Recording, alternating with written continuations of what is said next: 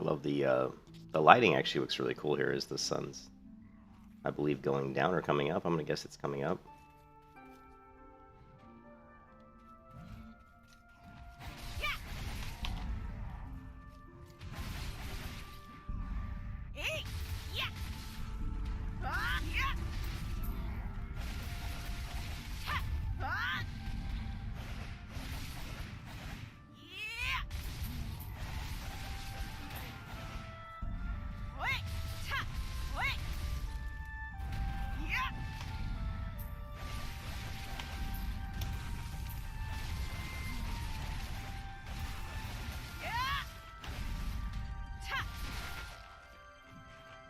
I gotta kind of get my hands warmed up here. Get the juices flowing.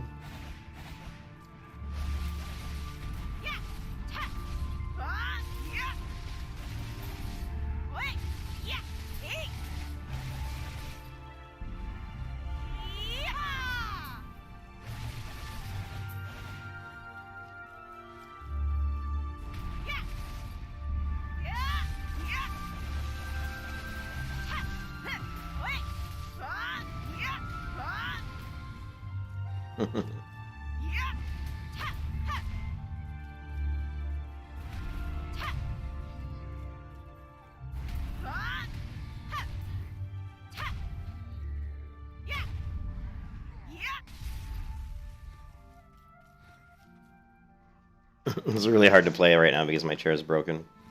I'm gonna order a new chair today, I think.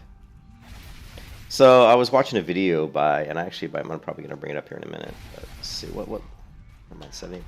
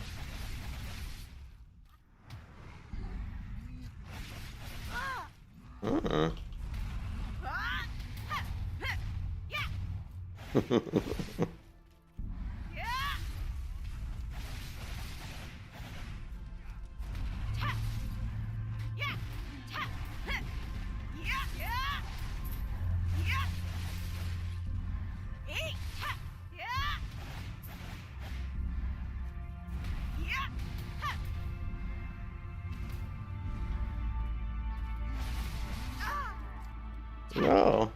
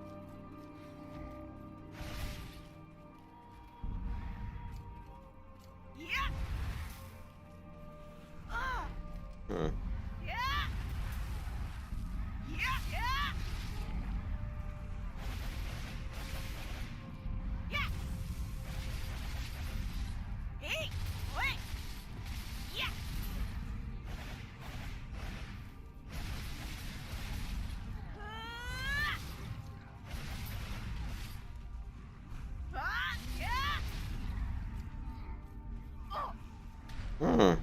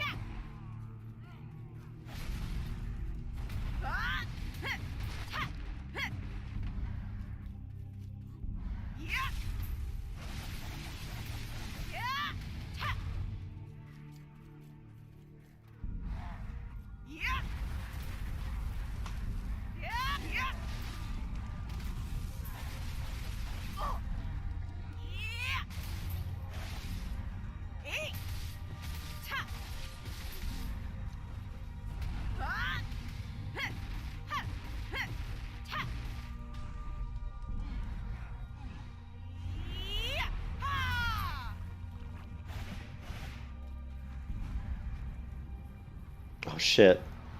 I didn't mean to do that. Oh no, no, no, no. I hit the stupid fucking escape. I never do that. That's actually really rare that I do it.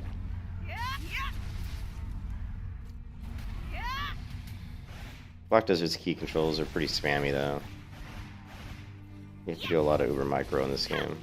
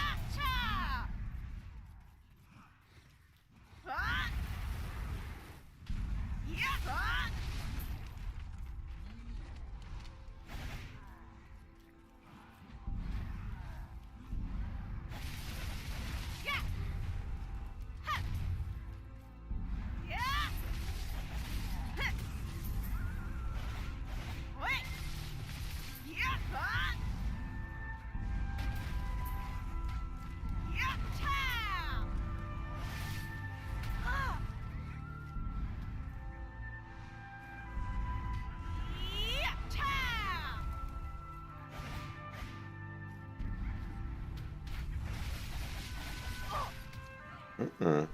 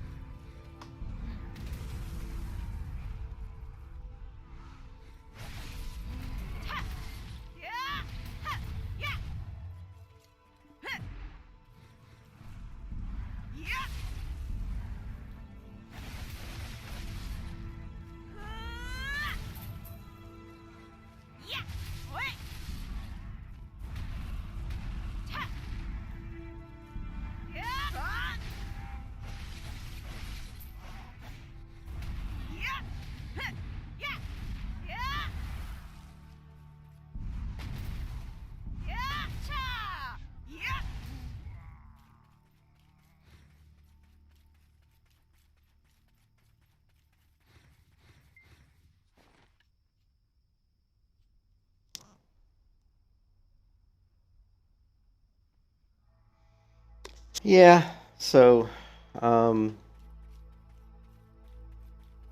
see if I can get to a safe spot.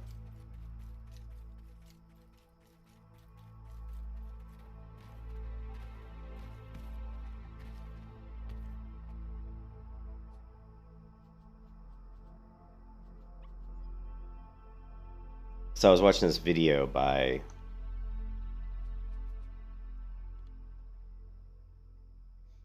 Hold on a second.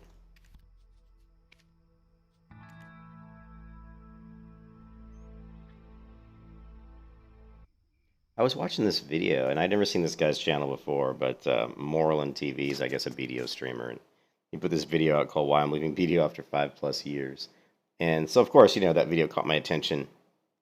The video is 2 hours long, which is a long video. He talks about ruining horse breeding, which he's got a really long kind of discussion. I don't know, maybe a rant about that. And actually, horse breeding was always one of my favorite things in the game, and I never really got to explore it in depth. I never did it in depth. I just kind of scratched the surface, but I always thought it was a really, really cool system. And he kind of, you really, if you guys are thinking about playing Black Desert and you understand the problems with Black Desert, just watch this video. Give the video a like. He does a really good job explaining a lot of the problems in the game. Easy avoidable design flaws. That's a pretty good section. Tedious choices content that you could probably bring this up for almost every MMO, which I hate tedious choices content. I hate that crap. Fun prevention for no reason. This is actually a really good section where he does one thing where he never enhanced any of his items to pen 5 or whatever to the highest level. And when he got the regions to do it, or the fail stacks, which I've never learned how to do the fail stacks this game either.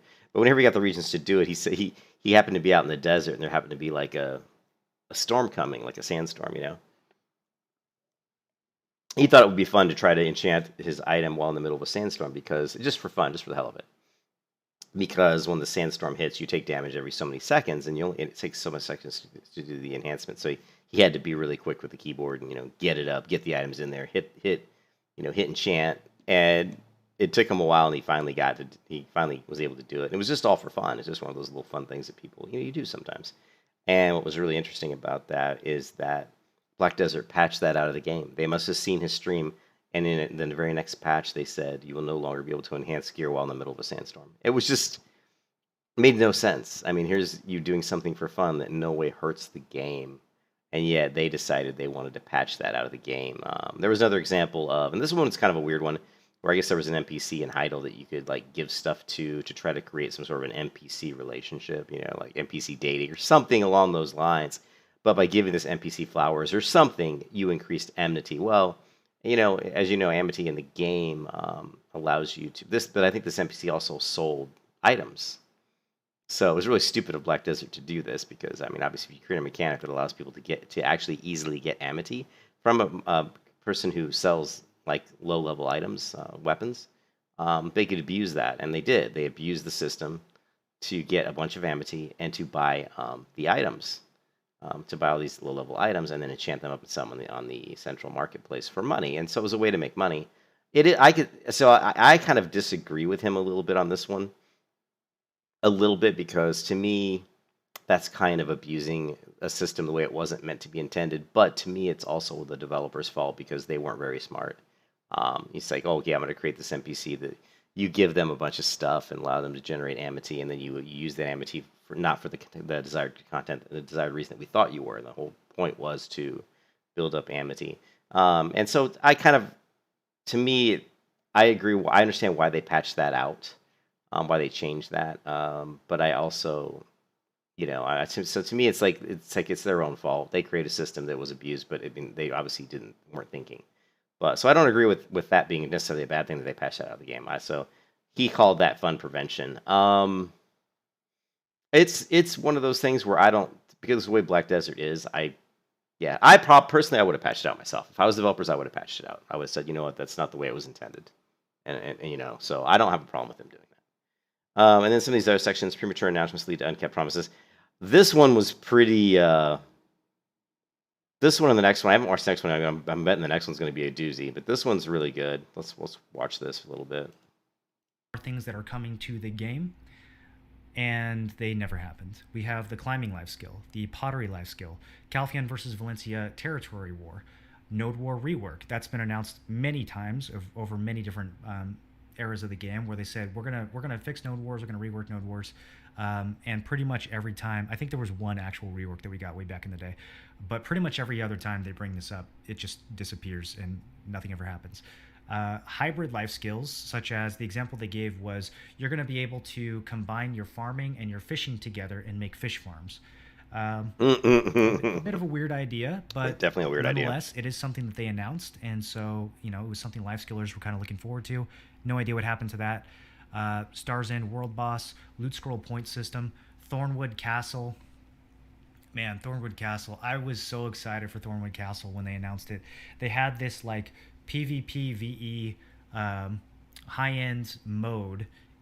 More damage you do. Someone messages me on Discord and they're like, hey, in the patch notes they removed the cooldown from tag. Like they listened to you. And this is another tangent, but like that could have been its own category here. They're not really seasons. Artisan Memory to the cash shop and Cronstone Extraction to the cash shop. Progress in the game. This is a big one. Next section here, greedy monetization. This is a big one for all MMOs, and the reason I'm showing this, the reason I'm talking about this, is I think that this is where the MMO space is today. The MMO space today is that people are creating these games. They're not creating them because they have a passion for the game. BDO, when it was first came out, I believe that there was passion by the developers, but there's always this sense of the publishers just are greedy. They're greedy and they want money, and however they can get it, they don't care about the players, and it's super sad.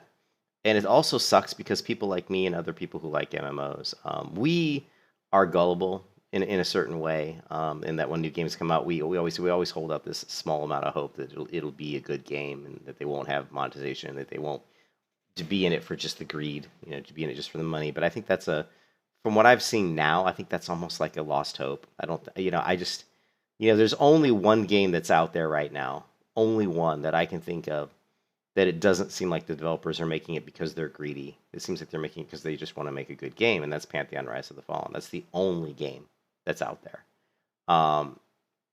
That's the only one. I mean, let's make no bones about it. Ashes of Creation, they're all about making money, man. They've shown that time and time again that all they care about is the almighty dollar. Now, I don't want to say that too much because I know that Steven loves MMOs, and I know that he has a passion for MMOs. I know that he was a player. He is a player of MMOs, but also I know that he wants to make money too. So there's nothing wrong with wanting to make money, but if it sacrifices the quality of the game, I think that's a problem. But this section here is really interesting. BDO when it first came out didn't have all the monetization. Really, didn't have a whole lot. It was they claimed it was going to be not monetized. And it's like every MMO developer claims that this isn't going to be monetized. And I really think the only way the MMO space would ever truly repair itself is if people just stopped playing MMOs. If they just said, you know what, fuck you, I don't believe you, I don't trust you, I'm not going to play your games anymore, I'm not going to give you money, and then all those games would fail. They would either do one of two things. Either the MMOs would just disappear entirely because they would say, well, no one's playing them. Or they would actually understand that the reason people aren't playing them is because they don't want the pay-to-win mechanics. They don't want all the heavy monetization. What they truly want is a game that's fun to play. Yeah, I don't think that'll happen. I don't think gamers are going to stop playing them because they still have that hope deep down that every new MMO that comes out, that maybe one of them will actually be worth playing. Problems just to sell solutions. This is a point that's been brought up in other MMOs, and it's a sneaky type of mechanic that MMO makers do to make money. So they will actually introduce a system in the game that creates a problem that you can usually solve by playing the game, but usually it's a very punishing problem to solve by playing the game. It might take a lot of time or a lot of skill or maybe even a lot of in-game currency to maybe get certain regions to get around the problem. But then, lo and behold, magically, the game company puts something in the cash shop that makes it so much easier. Wow, imagine that.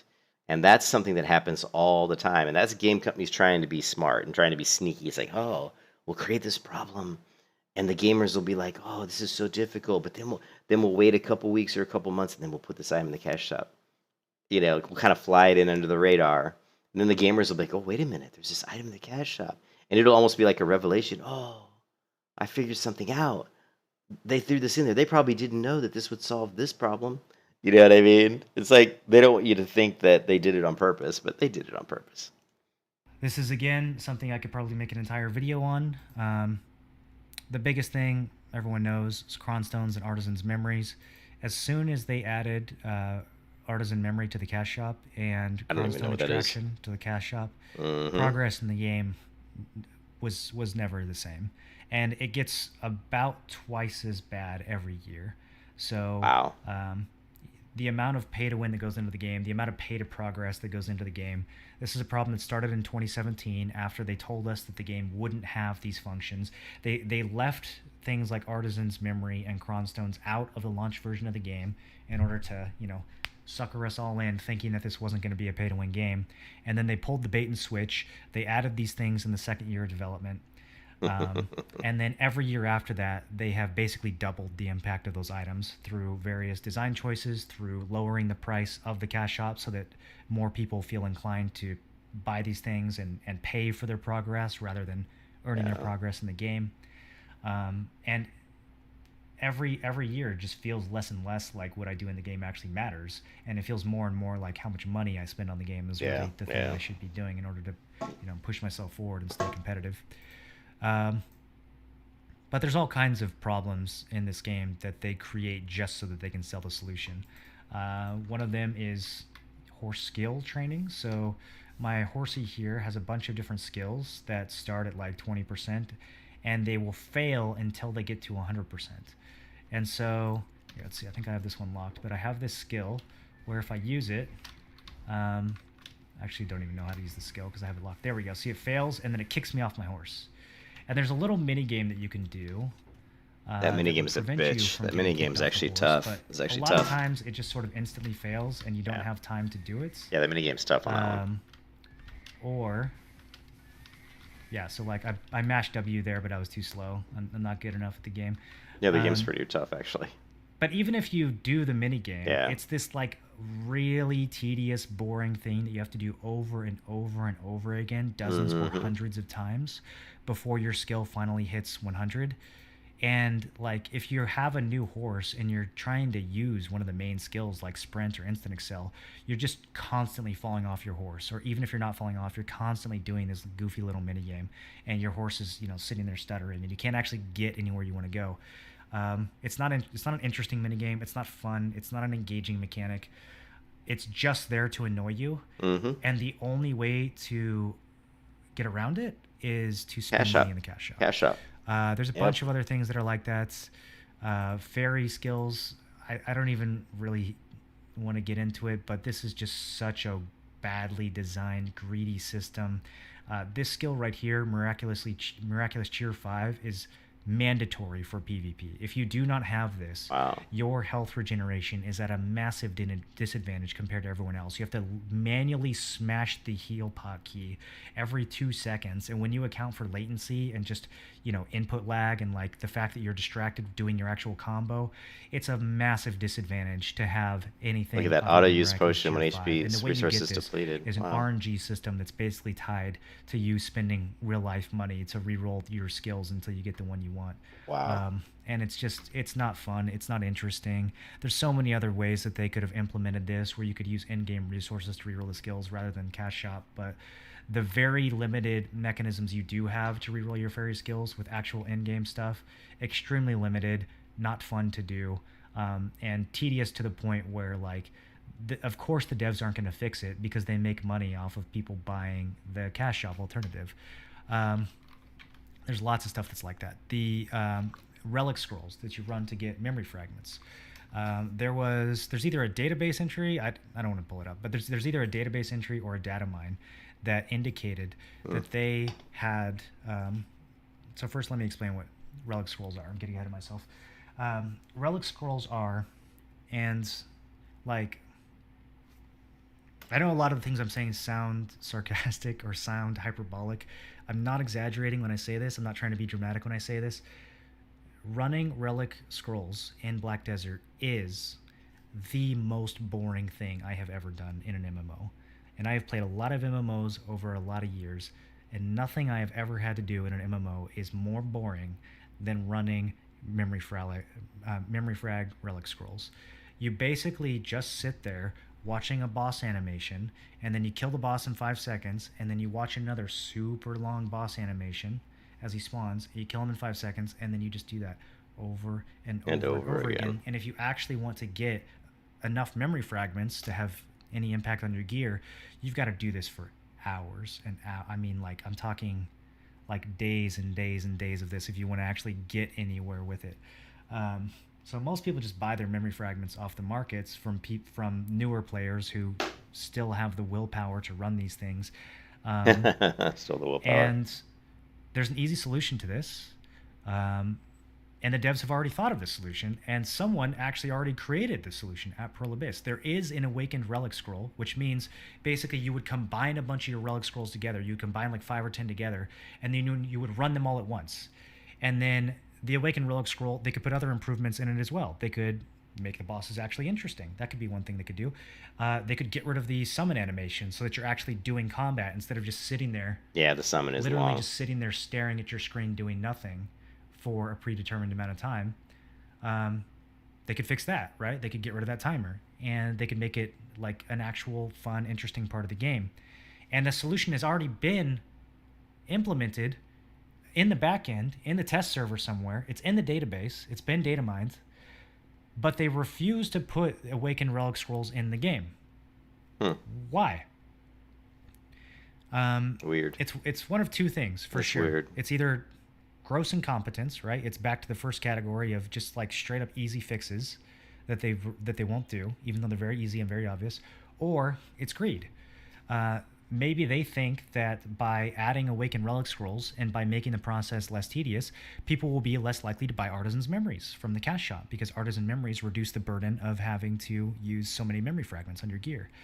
And so it's either incompetence or it's a monetary It's incentive probably that they have great. set up for themselves to keep. Anyway, it's a really good video. I stumbled across this today, and I think anybody who I like Black Desert, but I was talking to I don't know if it was Sosa or who it was in the stream last night, and they were saying that every time that Black Desert has all the systems you would want in an MMO, but they still can't find themselves enjoying the game. And I think that's I think the reason for that is just that there's too much stuff that's too punishing. It's too grindy. It's too repetitive, and that the easy solutions is always presented in the cash shop, of course, because they want you to go to the cash shop and buy stuff. So it's really sad, the state of MMOs today, and most of these games they're just greed infested. What's really interesting though is that same person who played BDO for 5 years was actually playing more. Was it Moreland? He had a video where he was playing. Of course, he's playing New World, which I feel sorry for him for playing New World. I feel sorry for anybody who plays New World because I just think that game's a shit show. Like I played 100 plus hours. Oh, this is it. This is his video where he played Bless Unleashed, which I thought was interesting that he played Bless Unleashed and he liked. I played Bless Unleashed and it just felt too dead. The world felt too dead. The game expecting to hate it because of Bless Online's failure from a few years ago. In reality, despite the cash shop and everything else, you can absolutely have hundreds of hours of fun in this game, even as a completely free-to-play player, and all the stuff that people are complaining about is really not going to detract from your experience that much. The overall game is extremely solid and worth checking out. We're going to go into detail about each of the things that people are complaining about, what the game does right, what it doesn't do right, and you can see the different topics down below in the description along with timestamps in case you want to skip around to different parts of the video. Yeah, I really don't want to watch all that. I really don't want to watch all that. Like New World. What's up, guys? Moreland here, bringing you a launch guide for New World. The goal of this guide is going to be to give you the strongest start possible without getting too sweaty. And so the way we're going to do that is I'm going to present 6 different methods of progression.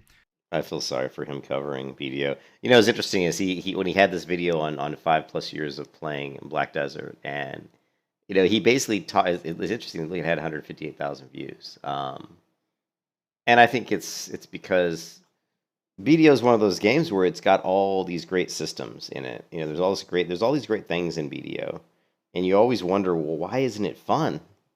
You play the game, you like when I played yesterday, I'm like, I'm not really having fun. And it's because in the end, a lot of it just seems like time sinks everywhere. Like I spend a lot of time traveling. I spend a lot of time killing mobs over and over again. I spend a lot of time just managing inventory. I think to me, one of the biggest things that I dislike in MMOs is inventory management. Now, BDO has added some stuff that actually really helps. There was a couple things I saw yesterday that I don't think were I know weren't in the game initially. And one of those was an auto. Like when you go open up your warehouse, like a storage warehouse, in any of the cities, there was a button that they added that actually you can just click it, and it tries to basically match any item from your inventory to any item in the warehouse and just throw it in there. So, add to the stack. Like you have a stack of a certain resource, you've got some of that same resource in your inventory, it will automatically, throw it in there. That's a really, really great quality of life thing, and I loved that idea, and I've actually don't think I've ever seen that in any other MMO where there's a button that will just say, you know what, grab everything from my inventory that matches with something in my bank that's the same item, and just throw it in there. That was really cool. I like that. And again, like I said, inventory management to me is one of the things I least like about MMOs. And so anything you can do to make it easier, auto selling trash to the vendor just has to be there, man. You have to put that in the game. Auto sorting inventory, it's got to be there, man. You got to have auto sort. Even some of the games that they put inventory into different tabs, like here's a tab for quest item, here's a tab for trade crafting stuff, here's a tab for weapons and gear. That also, it isn't required. I don't think games have to have that, but I think it is helpful. I do think it's helpful. What is this one? I hate that I have to make this video. I've been following Legends of Aria for years. Huh. I played and streamed the game I've never very played. heavily I've never when played early this game. access launched last December. I had a great time. I was excited about this game I never because played it this was game. really the first open world sandbox game in over a decade where you could not simply predict the outcome of your interactions with other players. Even in supposed sandboxes like Darkfall or more recently with Albion Online, there was very little mystery when encountering another player. Either you were in a safe zone and you didn't worry about it, or you were in a PvP zone and you immediately slaughtered each other.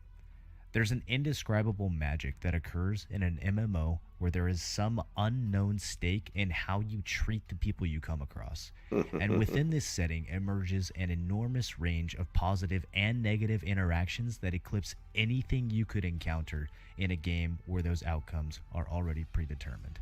But now all of that is gone from Legends of Aria. After years of promising old school Ultima Online players a new home, Aria has changed the rules of player engagement at the very last second, right before launch, breaking the world up into two pieces. One section of the map where you are completely safe, and a much, much smaller section of the map in which there are no laws whatsoever. Yeah, that's sad. So I'm going to take you guys through the announcement here. Yeah, I hate it when games do that. When they say this is the way the game's going to be for years and years and years, and all of a sudden, they change it at the last minute. I heard he's got a video on fail stacking. This was 5 years ago. Oh man! Like when you go to a YouTuber's channel and you can see that 5 years ago he started playing Black Desert, and his channel he doesn't have that many videos. I mean, are you kidding me? Is this it? So this guy, he does most of his stuff is streaming. He streams on Twitch, and he's got about 35,000 followers on Twitch. So he probably makes pretty good money, streaming. But he has very few videos on YouTube. But when you look at the videos, you can tell that he started playing Black Desert and he fell in love with the game. And you can see he's got 5 years ago he had 1, 2, 3, 4, 5, 6. He didn't have that many videos. 10 videos from was it 8 videos or something. 6, 7, 8, 9, 10, 11. Yeah, so 11. And then but you can see he really liked the game. Then he started creating guides on progression guides, gearing guides, And then let's see the first video here. Oh, that's Legend of Aria. I want to see if he had what was the first video that had a negative. It was negative.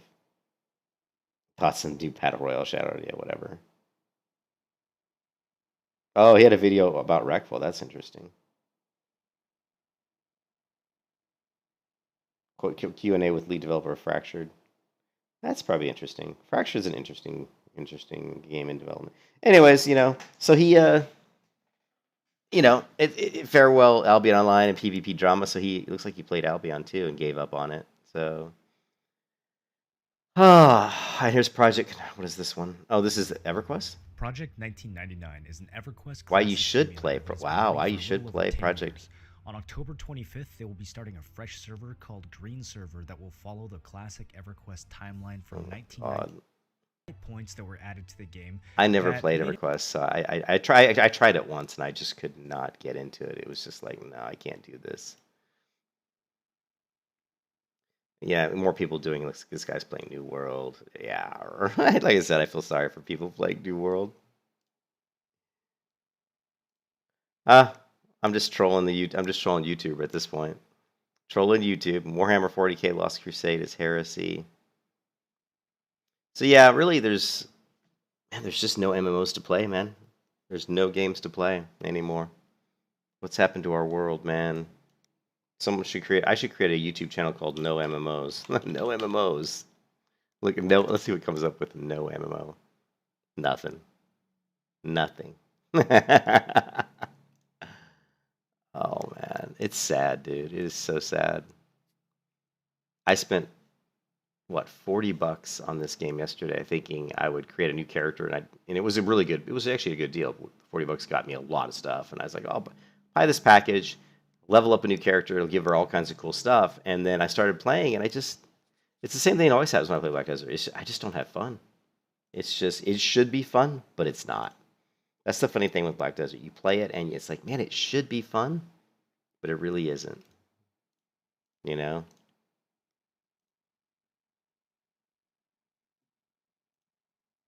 This video probably won't stay up for very long. I'm sure I'll delete this stream because it's pretty much just me kind of venting. What is this? Would you like to continue? Okay. Oh, log out.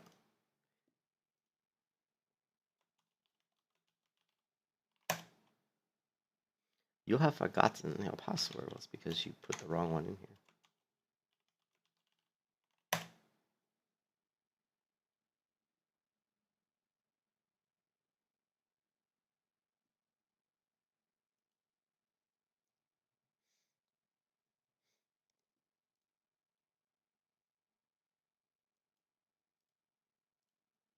See what they've done with Season and Mastery.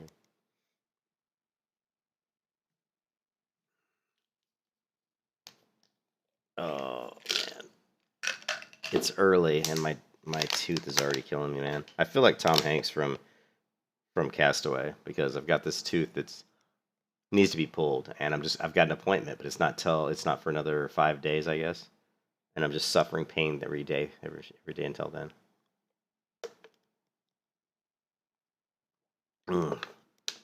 And it sucks.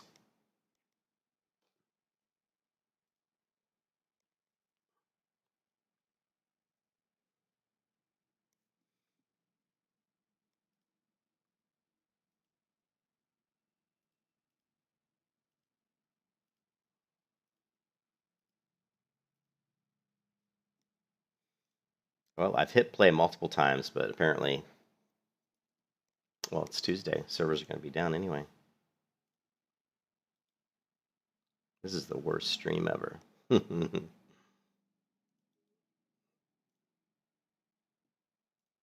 are there 2 Visual Studio Codes open?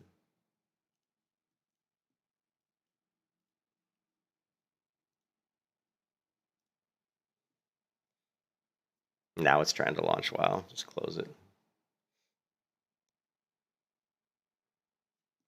Yeah, nice. Now it won't even, come on, just close it. Close it, bitch. So we have no games to play, guys. No games to play. This is the state of the MMOs in today's world, which is to say that it sucks.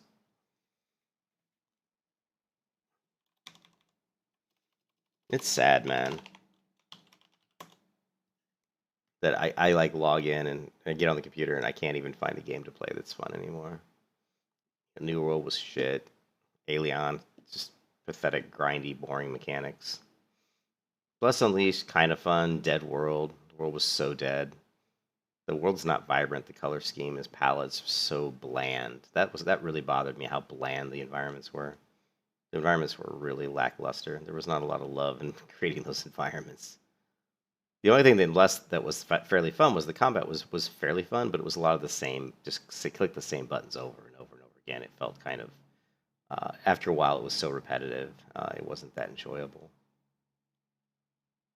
Everquest, free to play. Look, I played 5 hours of Everquest. Wow, I'm surprised I even played that much.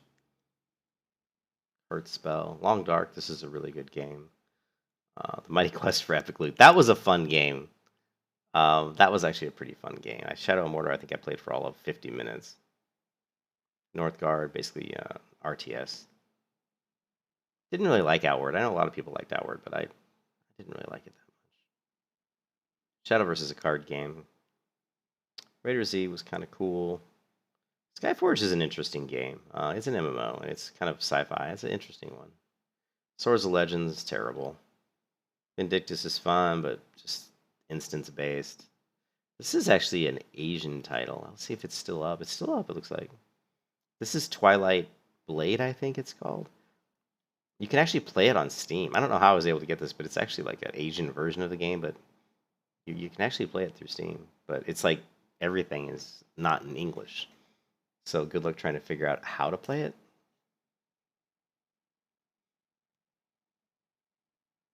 I mean, check it out. There's probably going to do an update because I haven't played it in forever. So, yeah, I think this is just Twilight Spirits. Not a bad game if it was in English. If it was in English, it probably would be actually worth playing. There's actually some games out there that are actually pretty cool, like Justice Online and stuff.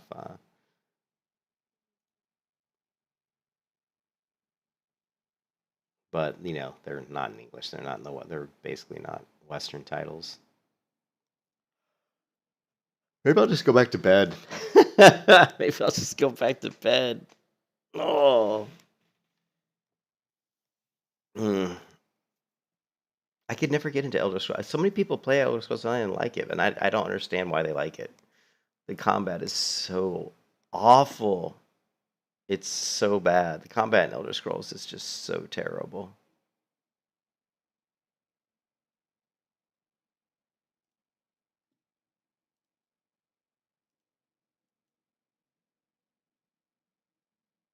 I'm not sure. I can't read this.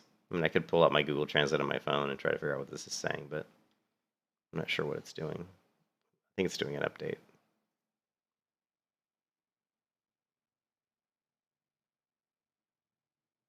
Oop, there it goes.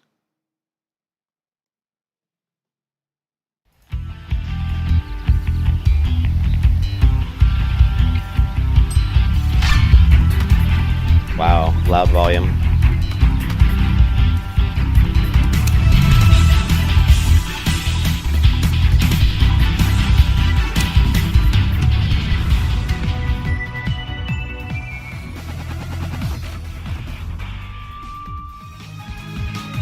Yeah, forget that. It's like, yeah, forget that. Oh man, Frozen Flame demo. I should do like Josh Stripe Haze and just, you know, start playing like any game, like just whatever. Oh, my tooth is killing me right now. Yeah, nothing on Steam. All we have really, well, we got Ascension. I don't want to play Ascension WoW either. Well, this is sad. This is a sad day. There's literally no games that I want to play. Nothing. Maybe I'll just stop playing video games altogether.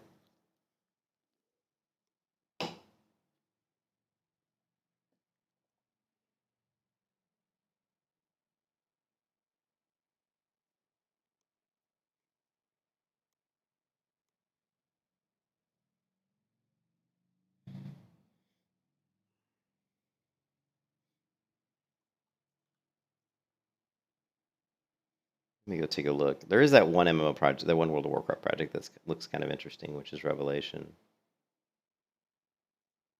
But they're just...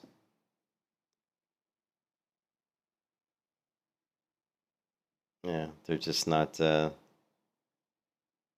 anywhere near finished with it yet.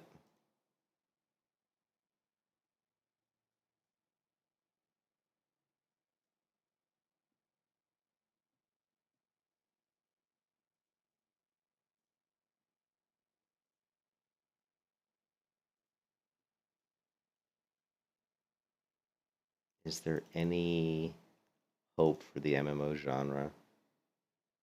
I don't know, man. It's not looking good. It's not looking good.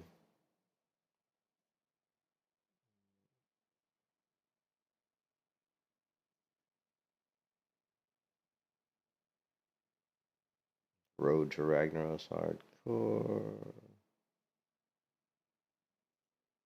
Well, we could always watch some death clips.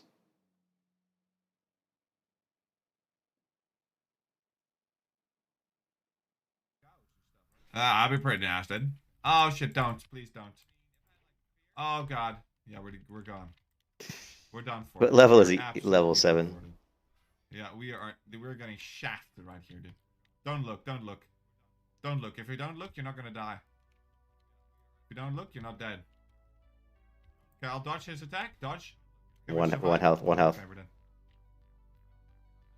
He's level 7. I'm always amazed when someone uploads a video. Hey, what's up, Christopher? I was amazed when someone uploads a death clip at level 7. I'm like, dude, level 7. It's like, just delete it, create a new one.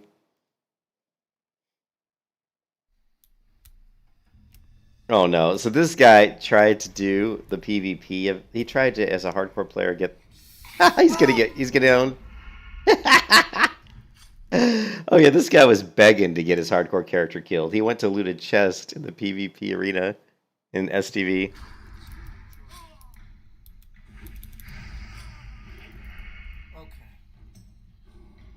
He's so dead. No way, dude. No way, dude. No way, dude. He took the light of a limb. No way, dude. No way, dude. No way, dude. No way, dude. Yes way, dude. Yes way, dude. That was sheer stupidity. That was dumb. Yeah, there's no innovation. Dude, Chris, I was just watching this other streamer who plays Black Desert, and he had a video for 2 hours saying why he's quitting Black Desert after 5 years. And almost everything that was in that video is what is happening in almost all MMOs. It's all about monetization. It's all about pay to win. It's all about we don't care about the gamers. We just care about getting your money. You know, you swiping your credit card. It's sad, man. What's this guy? Hardcore Warrior reborn from the ashes again. Okay, that doesn't look like a death clip.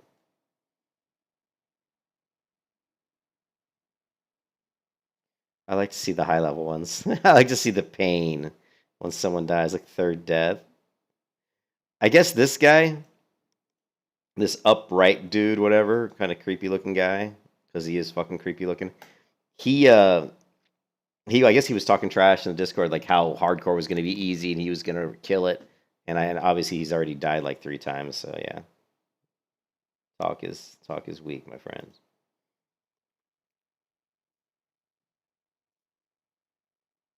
No audio, of course. Well, I can't even tell what level this guy is. He's okay. Well, he's probably in what 35ish, because this is in the up over by the peak, but by Airy Peak. Yeah, he's like level 30th. Where is he gonna die, dude? It's hard to watch videos when there's no audio. And why is the clip so? So he uploaded a 10-hour video. 4,300 death. He uploaded the whole thing, 10 hours. Okay, well, let's see where he dies. Actually, it looks like he's going to die right here. Well, no, it's a 10-hour video, so hold on a second.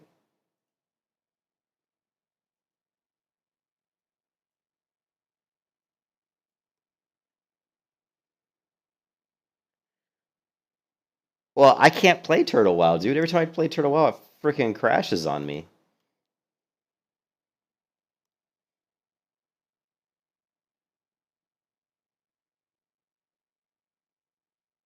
Okay, well, this is his own. Okay, he died here. Yeah, he did die from stupidity. If your pet's gonna die and you have 2 mobs, right? And look, and they're level like this is level 47 mob, like so it's obviously quite a bit higher than him. If your pet's going to die, and you know he's going to die, and you're in an area with mobs that are that much higher level than you need to run before your pet dies. You need to basically say, okay, pet, sorry, you're on your own, and you need to hightail it out of there. Okay, super, the hunter has died at 43. I hate these videos without sound because I want to hear his pain. That's what makes them fun to watch when someone's like, "Ah, shit." Stupidest death to date. Let's watch this one. Hopefully there's audio. Okay, I already know what it's going to be. Stupidest death to date, elevator. He's dying on the elevator. Actually, here it comes. Dead.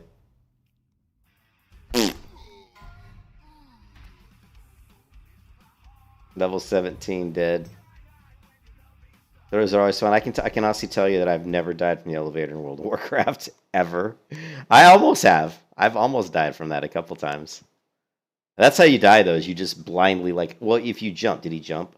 What usually kills these people is when they jump. Let's see if he jumped. I didn't see if he jumped. I have to go in here though. You die when you jump onto the elevator. Not bad. Actually, I can't tell if he jumped. It looks like he. No, I don't think he did. I think he just literally walked.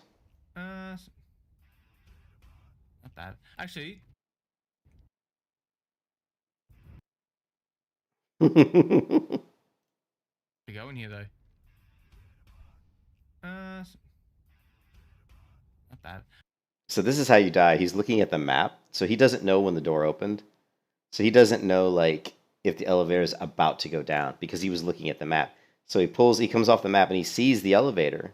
This is how you die. Don't ever do this. If you guys want to know how not to die in the elevator, and Undercity never do this. Like, you need to know when that door opened to know how long you have before you can get on the elevator. So he came out of the map. The door's already open. He has no idea if it's about to go down, so he should have waited. Should have just straight up waited. Actually. And he didn't. Yeah, so he didn't jump, though. A failure that a lot of people make is they jumped. They get all excited. They're like, woohoo, they jump. And then the elevator goes down. But yeah, don't do that. And good knows. So WoW's new patch. So Turtle WoW, yeah. I can't seem to get Turtle WoW to play without it crashing on me. Let's see. And it didn't used to crash on me, so I don't know why it's crashing on me now. But almost every time I launch it now, it just crashes. Like, it'll either crash like right away or it'll crash after like a couple minutes. Now, this has only happened like the last 3 times I've played, but I mean, that's pretty good percentage. Like the last 3 times I've tried to play, it's crashed every time. So we'll try it again and see what happens. I mean, I like Turtle WoW. The client's pretty rough. You know, it's not one of the better WoW clients out there, but I don't know what's going on with my WoW lately. Hold on a second. Sometimes these shortcuts just are also, they don't seem to be working. Let's go to... Where's my Turtle WoW? Program is Turtle WoW. Yeah. Programs. Turtle WoW.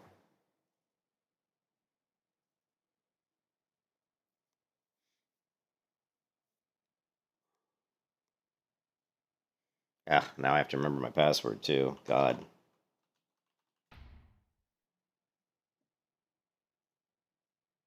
That could be interesting. All right, hold on a second.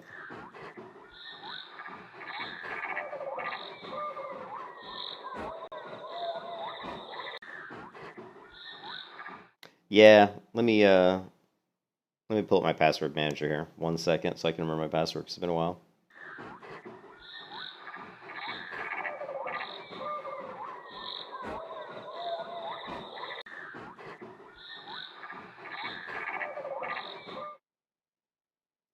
And we'll do that. We'll go ahead and delete our... We'll go ahead and wipe the WD folder.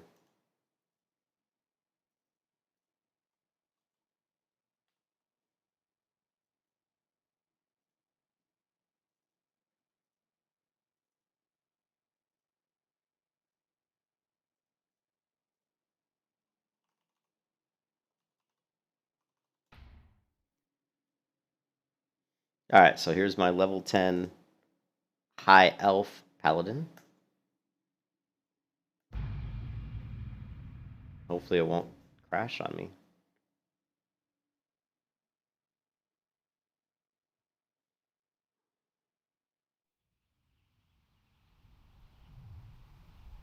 Okay, no crash yet.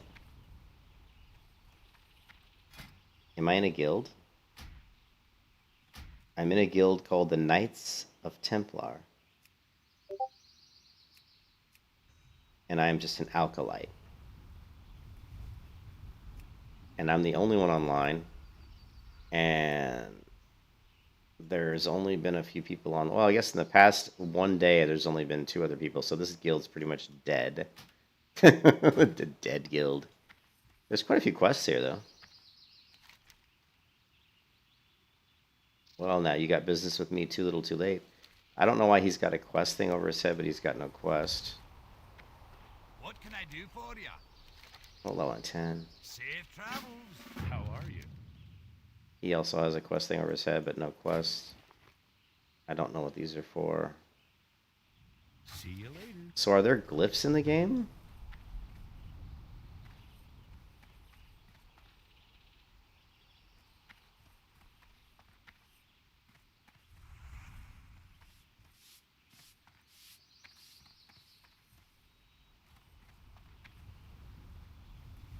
All right, what have I got here? We've got this Holy Strike ability, cool. 1.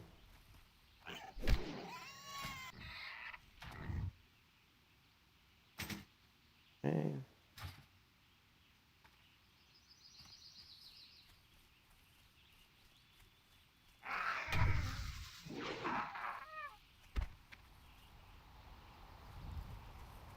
Ugh. The other thing I dislike about Turtle WoW is it's got that issue where the screen rotates. The screen's kind of jumpy.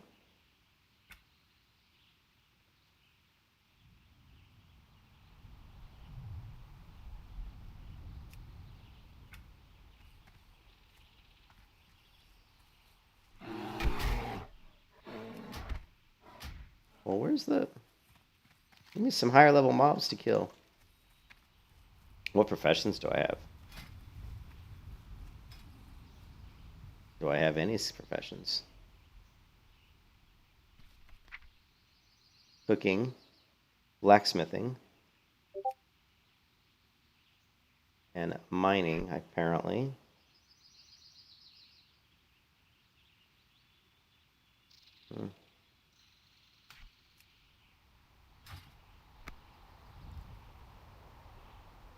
Yeah, well, the original vanilla client has that issue where, like, when you're rotating the screen like this, like a lot of the vanilla clients have this, where because you right click right and hold to rotate the screen.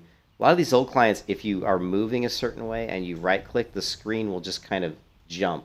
Like you'll be like kind of maybe turning one direction, right click, and it's so funny. I can never reproduce it when I try to reproduce it, but if I don't think about it and just start playing, it'll happen. It'll be like. Also, it looks like I don't have any kind of a quest. Well, man, these are like Eastvale logging camp quests. I must have hearthed back over here. Level 2, level 2. I'm level 10. Yeah, I think there's a teleport. Let's see where my hearth is at. My hearth is here, so I must have hearthed back here.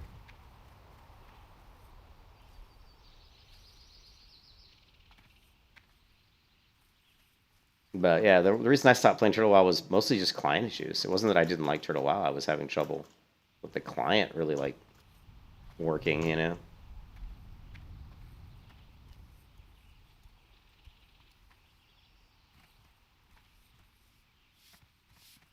What brings you here?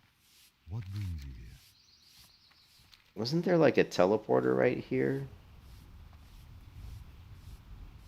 I am listening. How may I help? Last time I played, I was able to teleport right here to Goldshire, but it's not here anymore. I don't know what happened to that, so I guess I have to walk all the way over there. Hello.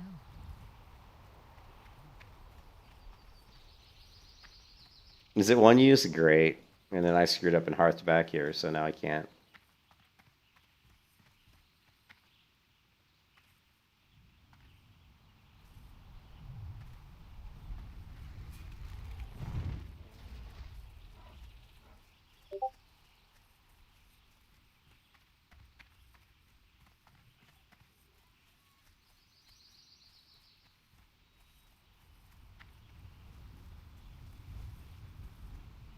Is there a catapult?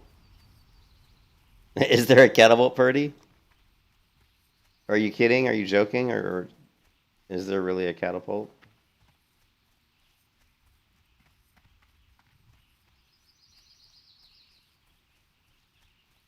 Well, I need to fix my X-Pearl. These are not wide enough. Oh, okay. I thought you were serious. I thought you were serious, dude. Never know what they add in these games, man.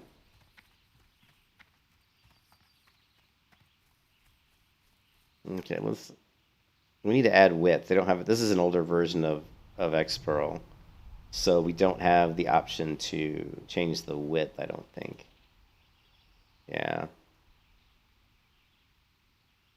And so we're just going to have to adjust the... We're just going to have to leave it. Yeah, this is a really old version of X-Pearl.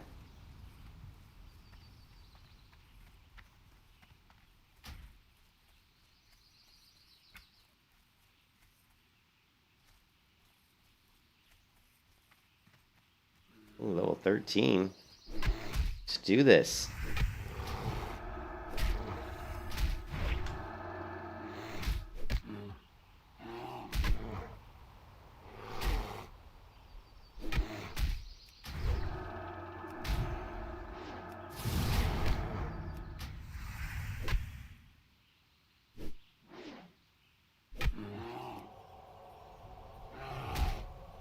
Oh man, my quartz is not configured right either.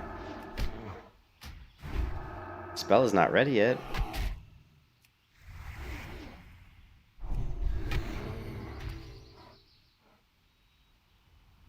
Man, I don't have auto loot. Okay, hold on a second.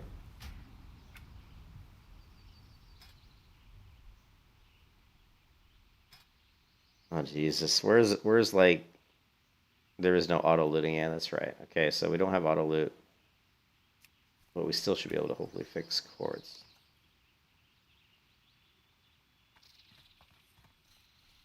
Maybe not.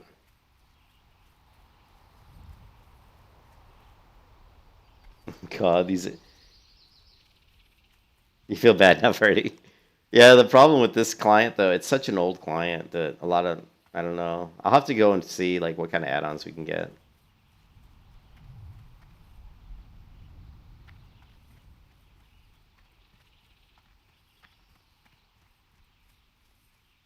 There's an EXE from the forums for auto loot. All right, I'll take a look. It's not a big deal. I mean, you can certainly.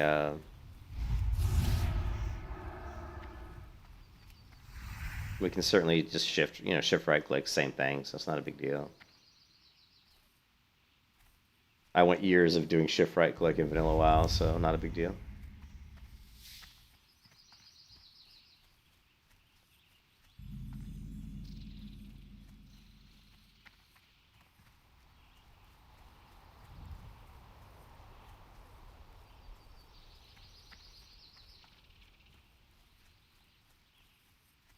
Yeah, I'm way too low level to be walking through this area.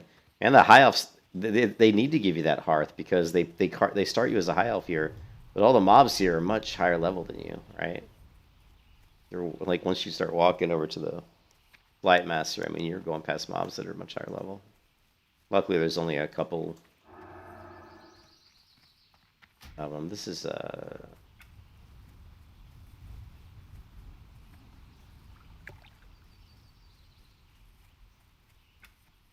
don't know why quartz.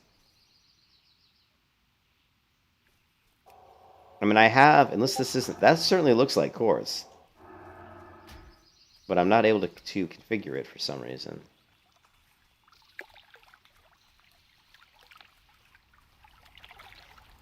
Which sucks.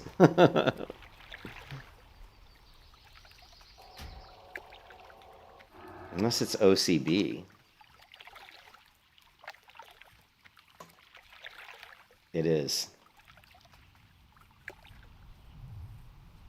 Yeah. Seen lots of ore around here, it looks like. Oh, my auto loot. No auto loot. One thing I would do in Turtle WoW, if it was possible, is I would make it so you only have to hit a node once. I've always, when they did that in retail, I thought that was a nice improvement. Anyways, that's just one small little thing.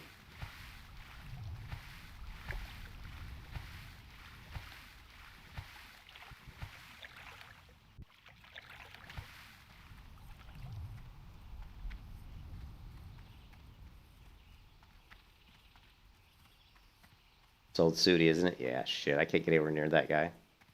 They're gonna kill me. Ah.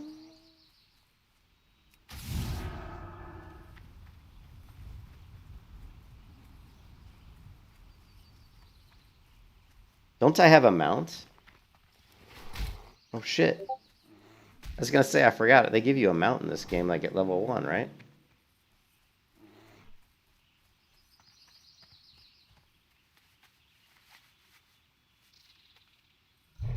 Oh, sheer speed.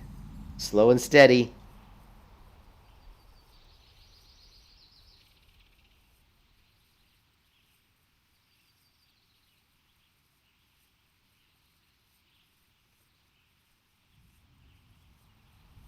Yeah, that's what you were saying, the 0.5% for the turtle, yeah. You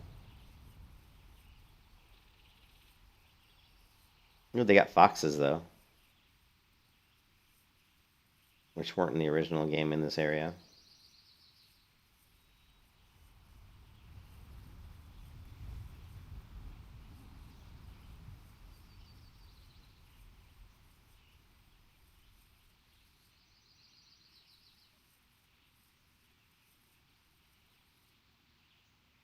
You are mounted.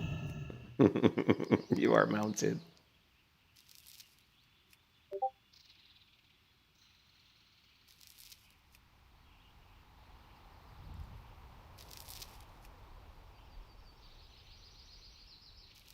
That free pally mount, yeah, that's right.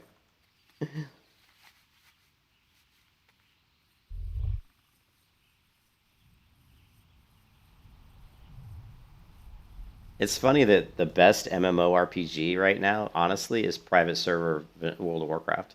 There are so many private server WoW private servers, but honestly, they're almost the best MMOs because they're the least like monetized. You know, they're the least like abusive. You don't know any flight paths? Of course I don't. Oh my god.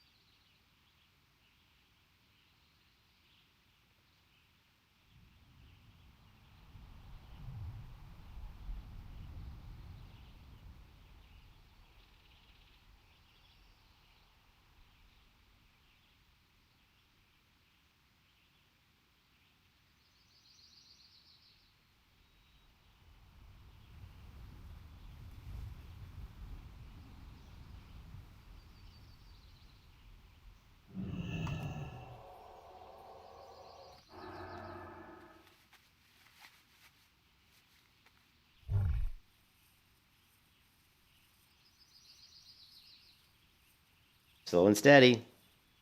We are just flying. This is what I call some real speed. So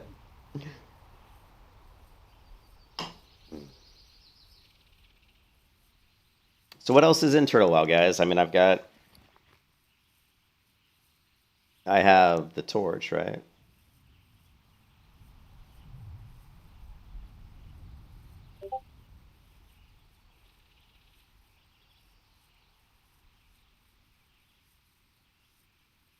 You had no idea. You just rolled a new tune.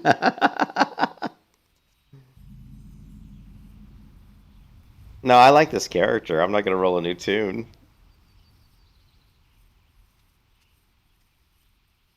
We're just gonna have to make our way over to the Ironforge. Ironforge.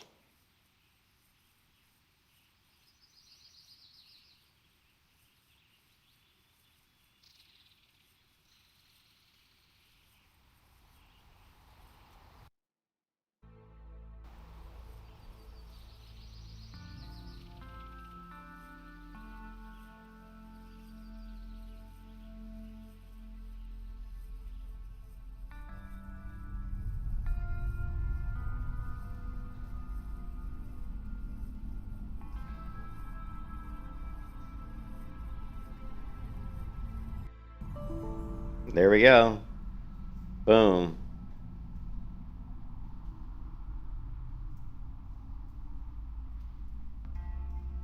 This is why I don't play Turtle WoW. It just keeps blowing up on me. And I don't have this issue with any other WoW client. This is the only WoW client I have that crashes consistently.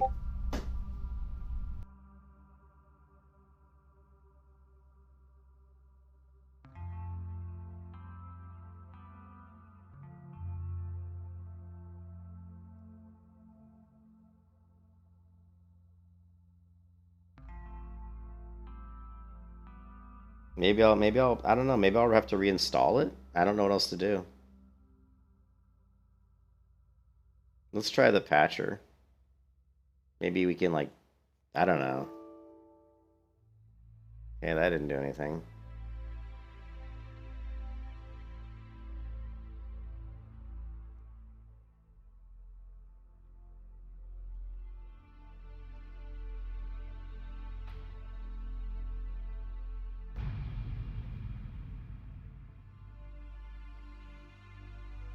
But this client has showed consistently. There you go. When people ask why I don't play Turtle WoW, this is why. This is why I don't play Turtle WoW.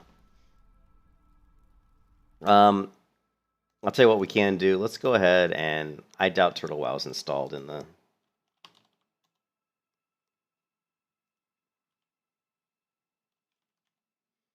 Let's just go programs, and what we're gonna do is we're gonna go to Turtle WoW, and we're gonna rename this folder. No, not delete. Cancel. No, cancel. I don't want to delete it. Shit. I didn't want to delete it. Rename this folder. Shit. I hope I didn't delete too much. Bad. Right?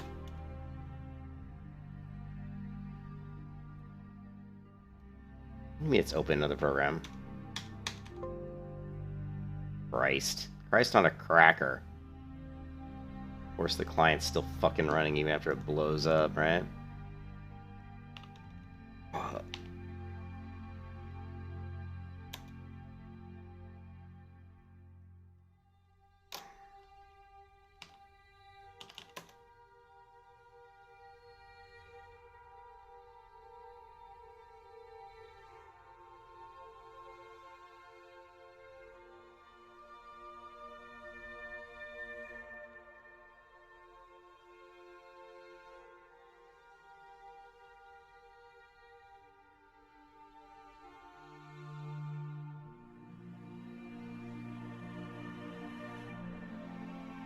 Alright, well, it's downloading. It claims it's only going to take 5 minutes, but...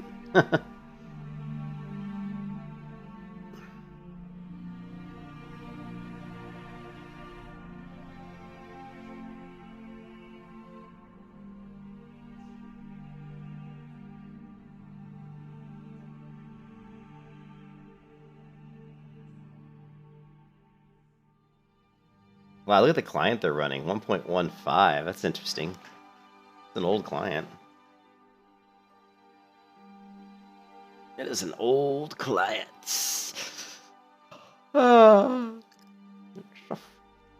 Choose a lady.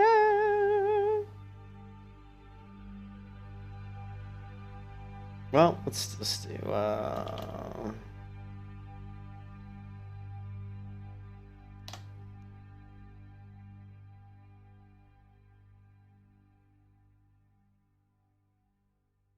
What do MMOs have now that are common that suck? That suck. Oh, we can add to this list. Create problems on purpose that are solved by cash shop items. Love that one.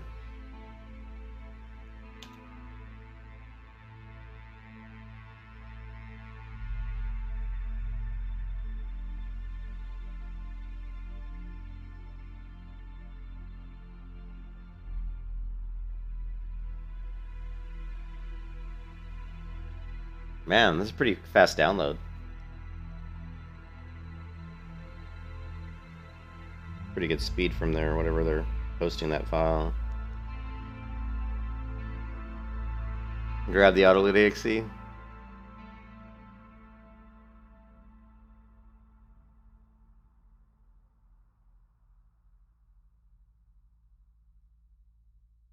Where is the auto load exe though? Which section? Yeah, retail completely does that. Retail WoW doesn't care. I mean, the leveling experience is just there as a small barrier to just getting to endgame. All they care about is endgame. Like, the whole design of Retail WoW is the endgame story. The problem is the endgame story is so bad. And to prevent people...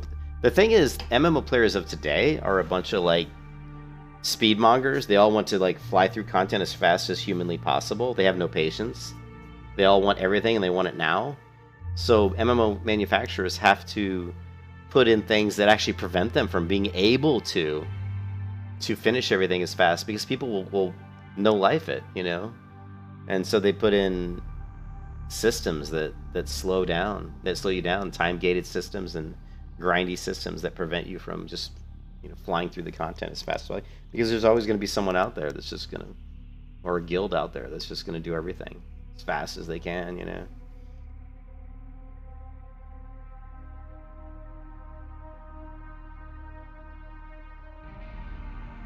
Now,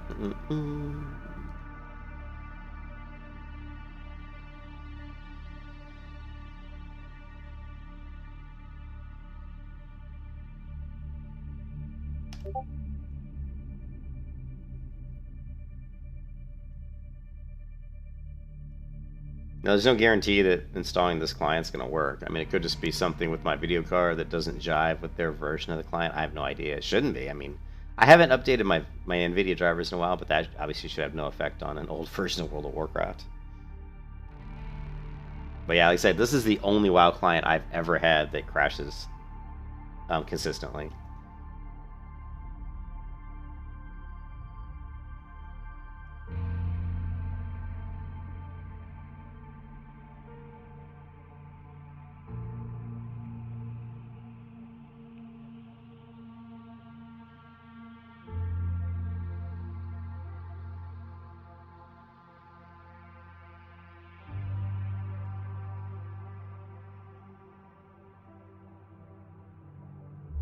Now I'm gonna have to set fucking everything back up again, which sucks.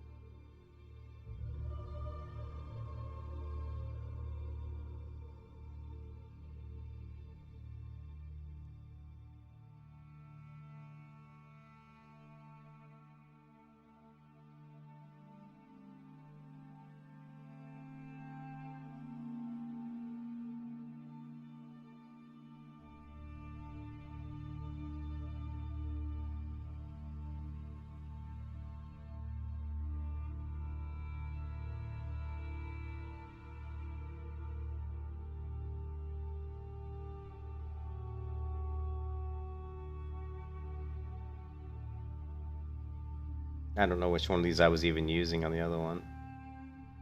Well, I know most of the ones I was using.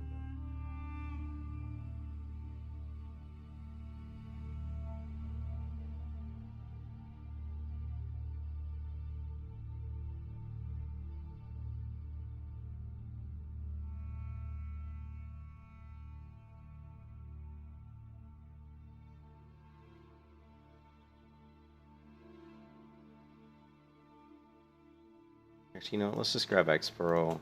I know I need Super Macro. Shagu, Ring Menu, Recount, OCB.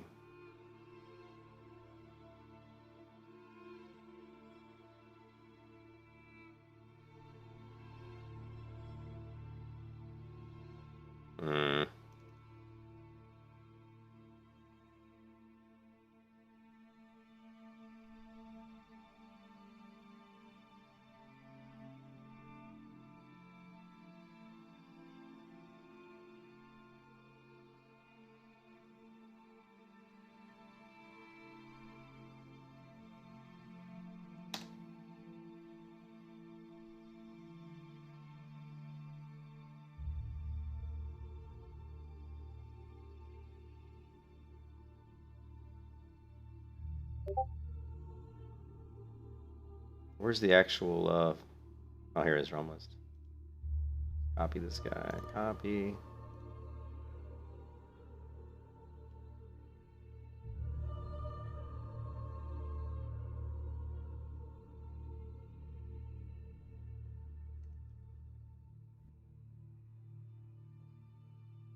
What the fuck's it's doing? Oh, good lord. It's gonna be all messed up.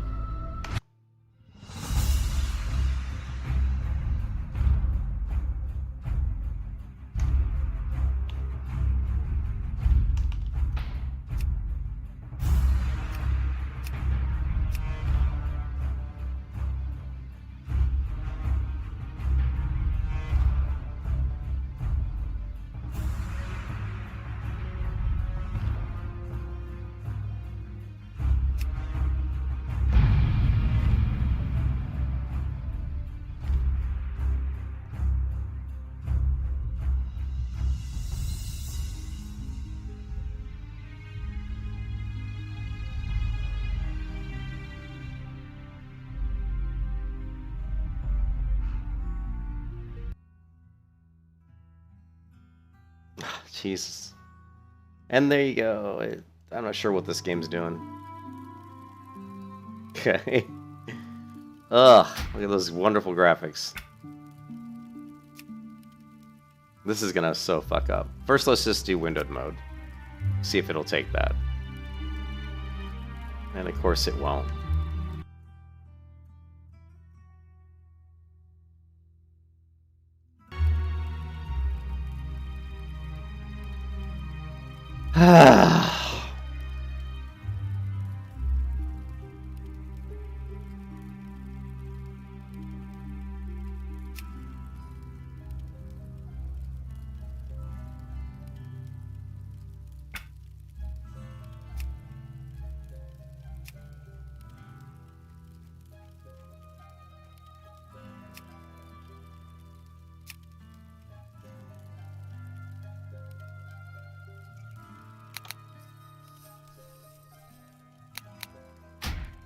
Jesus, everything's messed up. Keybinds are messed up. Alright, yeah, I'm not gonna do this right now. It's gonna take me fucking... It's literally gonna take me like 20 minutes just to set everything up. Because everything's, you know, it's setting up the vanilla client, you know, I've got to fix everything, all the keybinds and everything. And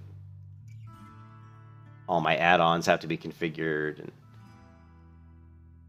yeah, the old vanilla client, those old vanilla clients kind of suck. They really do. Blizzard kind of spoiled us with the new vanilla client because it actually works about 10,000 times better than the old ones.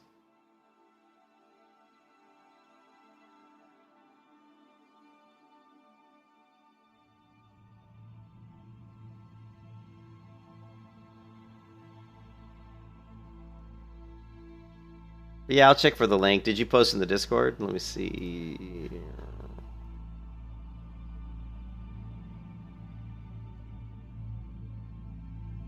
Yeah, maybe I'll set it up later. I got to go to work here in like 30 minutes, and I'm not going to spend the next 30 minutes of my free time before work mucking around with configuring a client.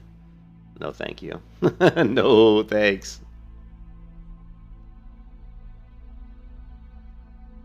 So this guy, Aureus, is playing Warhammer, which I've never played. Reckoning is the Warhammer Online private Return of Reckoning.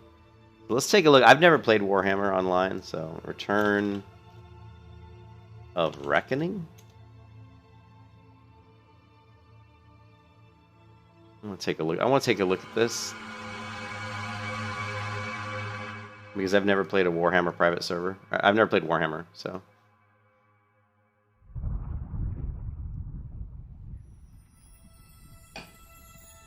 Oh, I like the graphics. Wow, those graphics are pretty. This is what Warhammer looks like? Wow, it looks nice. Very nice fantasy feel to it. Oh, and then they threw in that weird shit. Yeah. 24 unique classes, 6 unique race, 6 crafting.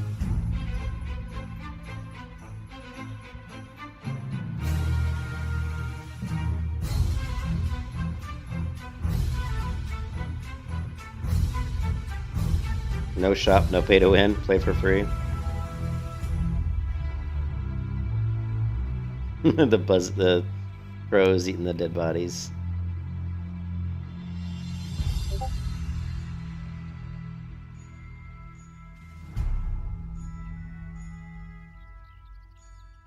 Female Dark Elf?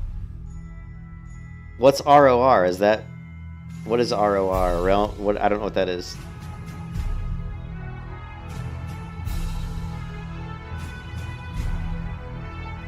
Return of... Oh, you mean Return of Reckoning. That's... Okay.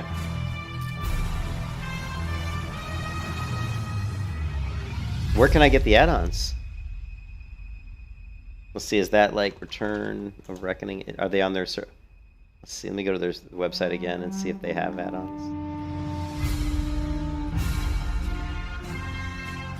There's 408 people online currently. Register.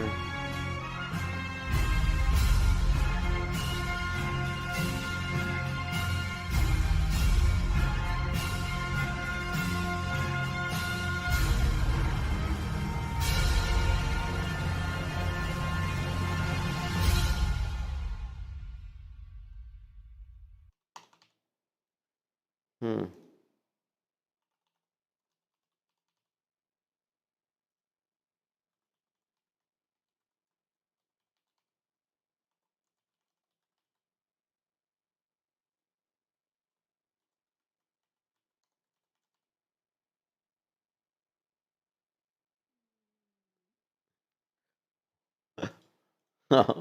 On the about page, who is the founder? Why? Kind of an arrogant question, but core developers, database, game makers, artists. Who's the founder? Inactive staff.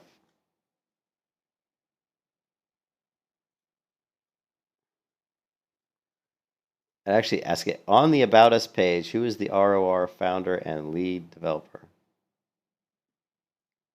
Okay, let's see. I see core developers, but it doesn't say lead developer. Database designers, game masters, artists.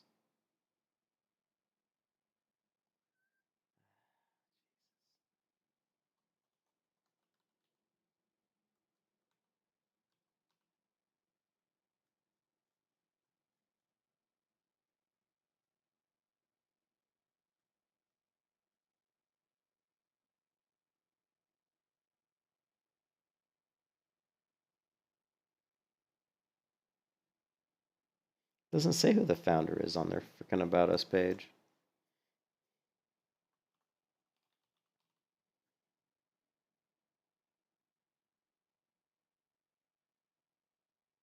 Here, Diox was the main developer.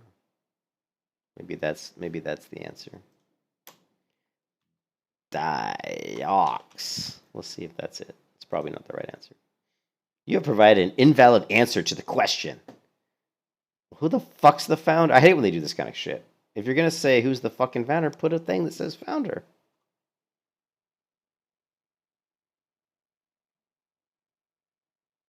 You have.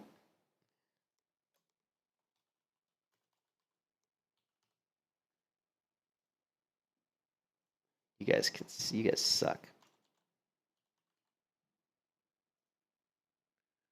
Ah, you think you found your add-ons on their forums? I'm still trying to answer their stupid question that says who's the fucking founder.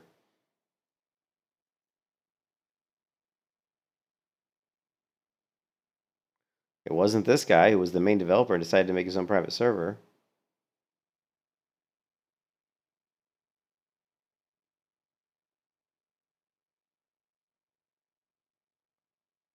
Hmm.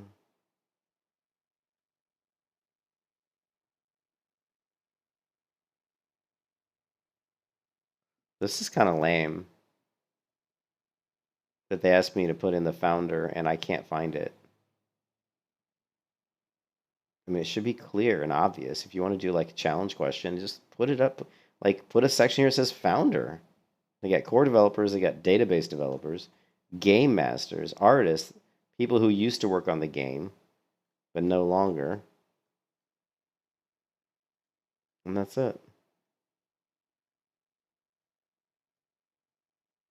I already searched on the page for founder. I also searched on the page for lead. Neither of those texts were found.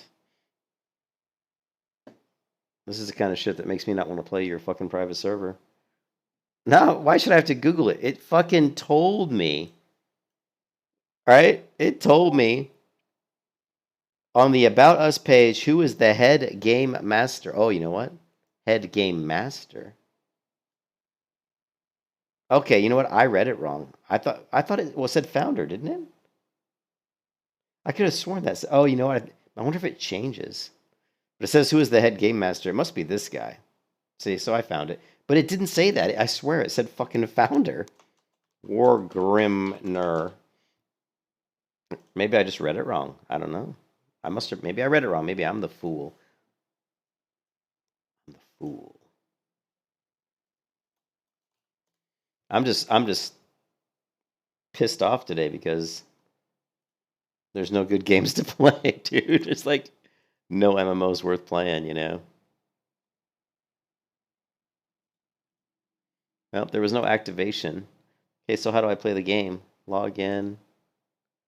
Logging in.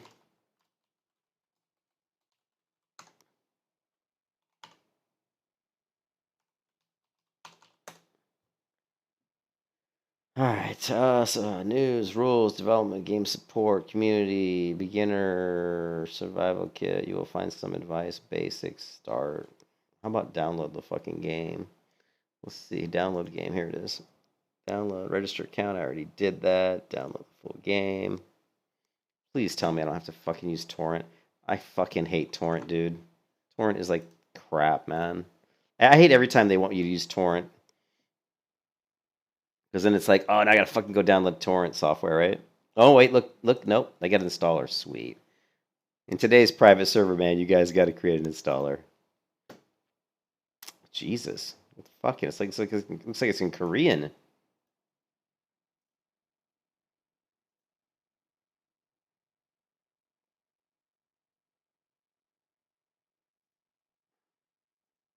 It's like in fucking Korean, dude.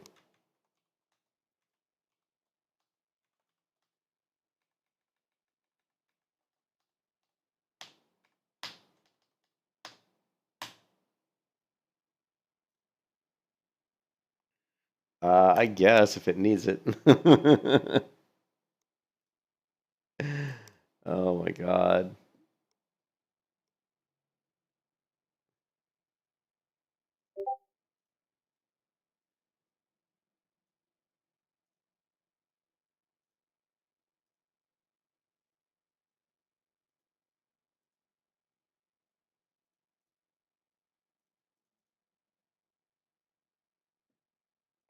Looks like it's in fucking Korean, man. Alright, well, it's installing. Or it's doing whatever it's doing. Downloading the game files. At least they had an installer. I hate it when they have you like use a like torrent, because most torrent applications are full of so much goddamn viruses and adware and shit. It's just I hate dealing with torrents, man. And they're slow as anything, man. Trying to download through a torrent software, it's so slow. All right, let's take a look while we download this thing. I've only got, I guess, 20 minutes before I have to go to work, and that's gonna be fun. I don't know what's going on. Something's lagging my computer. Not sure what it is.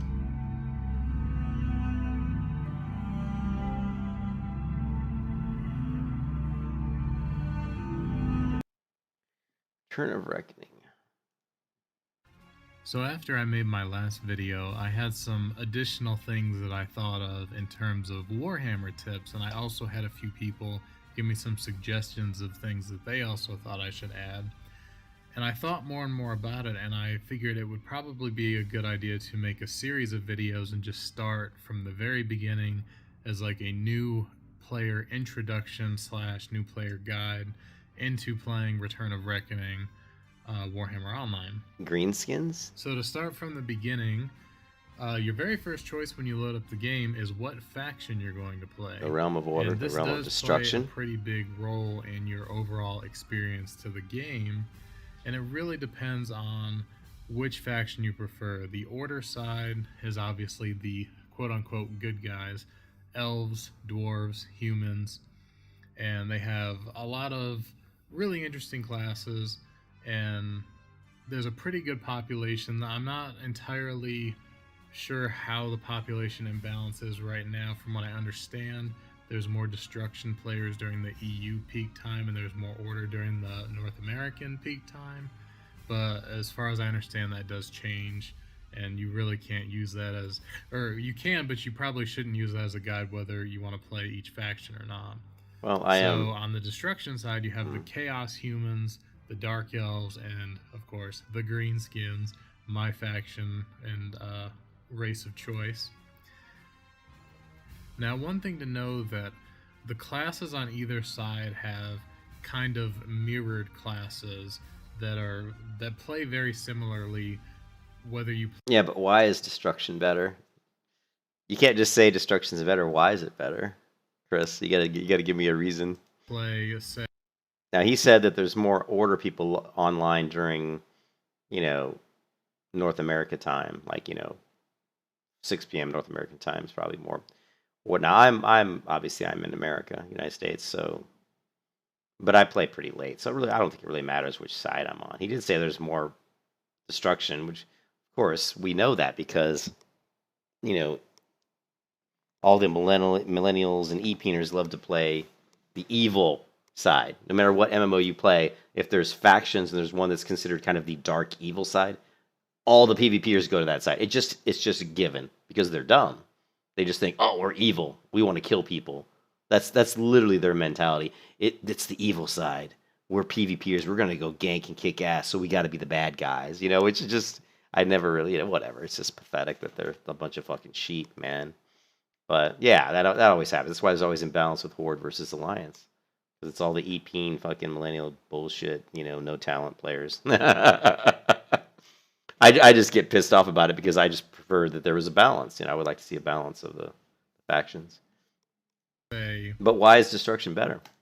A shaman or an archmage, or if you play a Choppa or a slayer, they're different in the way that they play, but the classes are essentially mirrored to where you're going to have a similar playing experience when you choose one or the other.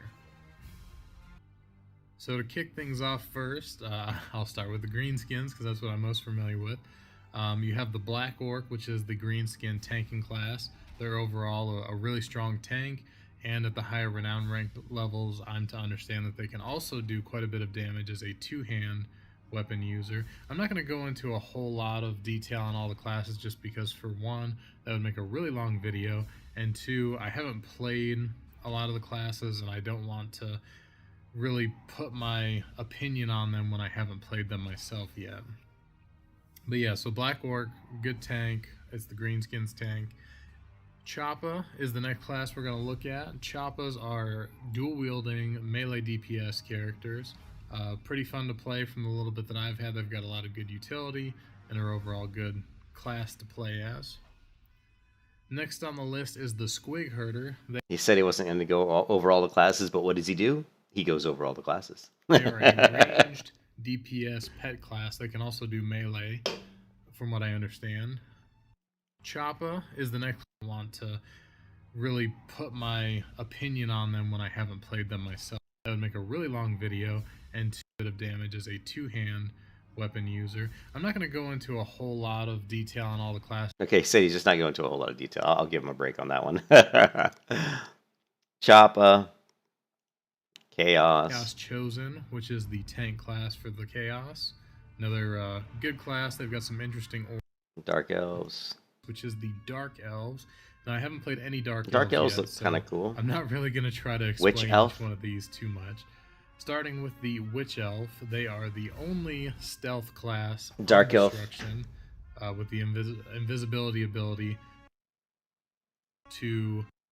So you prefer the Dark Elf Blackguards to the High Elf White Lion. They're both tank classes, right? So the Dark Elf Blackguard, I'm assuming that this versus the High Elf White Lion, I'm going to assume that these are both tanks. So here's the Blackguard, if it ever comes up. It's thinking about it.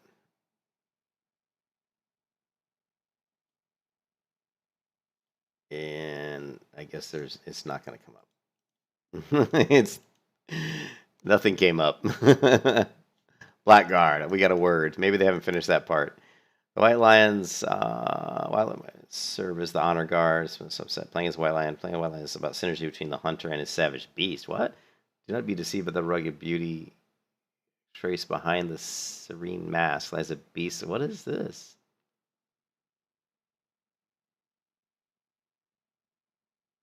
Yeah, maybe that's not. So there's a guardian. Okay, so there is a guardian. Violence uses dispatch focus on diverting attention from their war line or group members so that they can do maximum damage. So the guardian does not directly increase the White Lion's own defenses significantly, but focuses more on reducing his opponent's damage output. So that's kind of weird. So they're not really a tank, are they?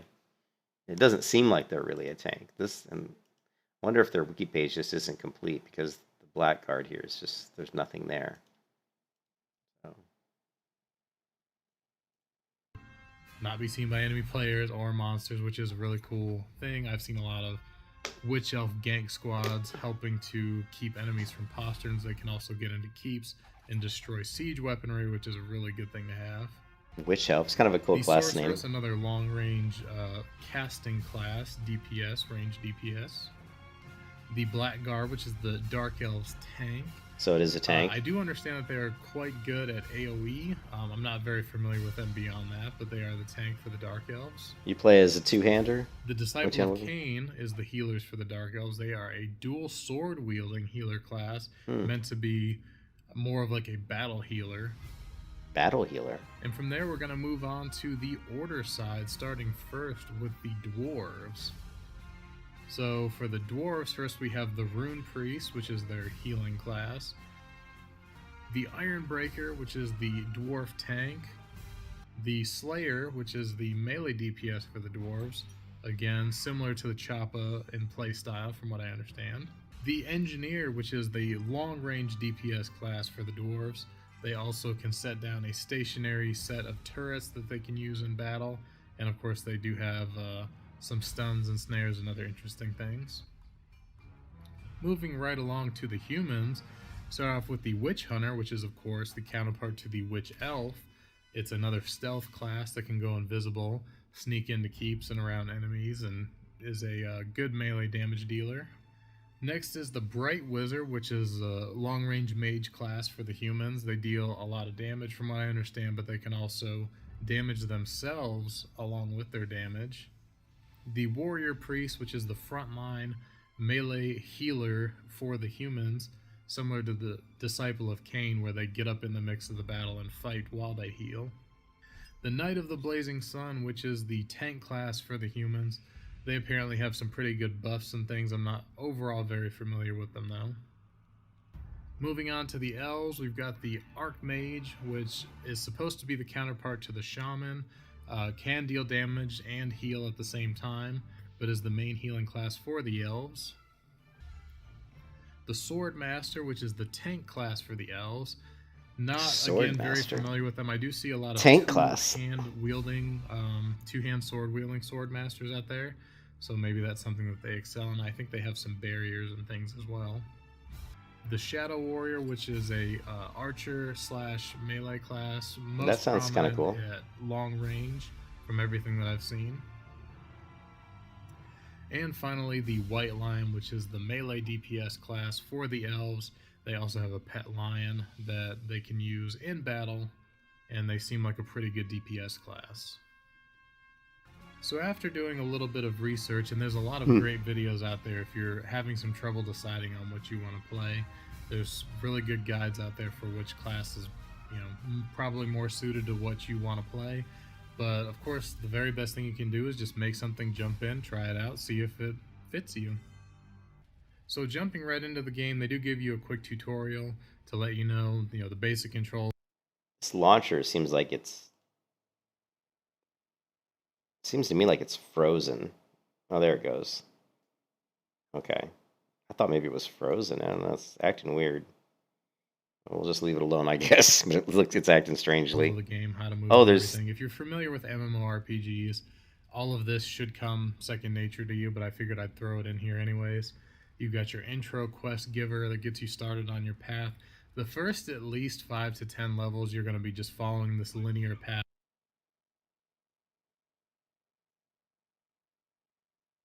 Well, I guess it's working.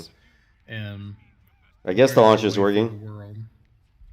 Yeah, there it moved. Okay. One thing that you'll notice right away is you actually have two ranks that you have to rank up. One is your career rank. I like the art style of the world. The art style of the world looks pretty good, Which is known as your... I like their quest window.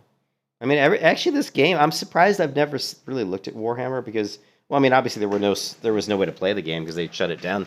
But even the original game, I never had played or even seen. But I like the UI is actually quite nice. It has a really, it has a very good, all the pieces, they go together. You know what I mean? Like you can see that the hot bar is here with the it's very thematic. You know what I mean? Like the hammer here, and this stuff looks very dwarven. The dwarven area looks all these stones and things and machines look very dwarven. The mini map, everything here really goes with the dwarf theme, and I wonder if it changes per race. That like if I was playing an elf, if this hotbar would I assume would change. It wouldn't have this hammer here and this kind of very dwarven looking runes and stuff like that. So level in most MMORPGs. It goes from level 1 to level 40. Once you hit a maximum of 40, you're done with that. The other one is called your Renown rank, and this is your PvP or RVR level. This is obtained by killing enemy players, doing keep sieges, and things like that.